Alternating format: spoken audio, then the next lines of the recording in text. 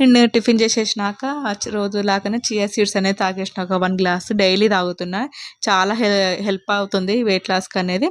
నేను లంచ్కి వచ్చేసి పన్నీరు, కీర దోసకాయ, ఇంకా పుదీనా చట్నీ, బెండకాయ కర్రీ, కొంచెం రైస్ అయితే తీసుకున్నా.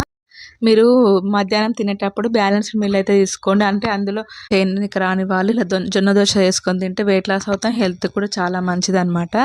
నేను ఈరోజు ఈ వెయిట్ తగ్గినందుకు ఎంత సంతోషంగా ఉన్నాను. ఇప్పుడు చూస్తారు ముందు వీడియోలో అయితే నేను టిఫిన్ చేస్తూ మాట్లాడిన అనమాట. నాకు నిజంగా చాలా అందరు చెప్తుంటే మనకు ఎవరికైనా ఎందుకో నచ్చలే అప్పుడు టేస్ట్, అసలు వాంతింగ్ వచ్చినట్టే మొత్తం పడేసిన.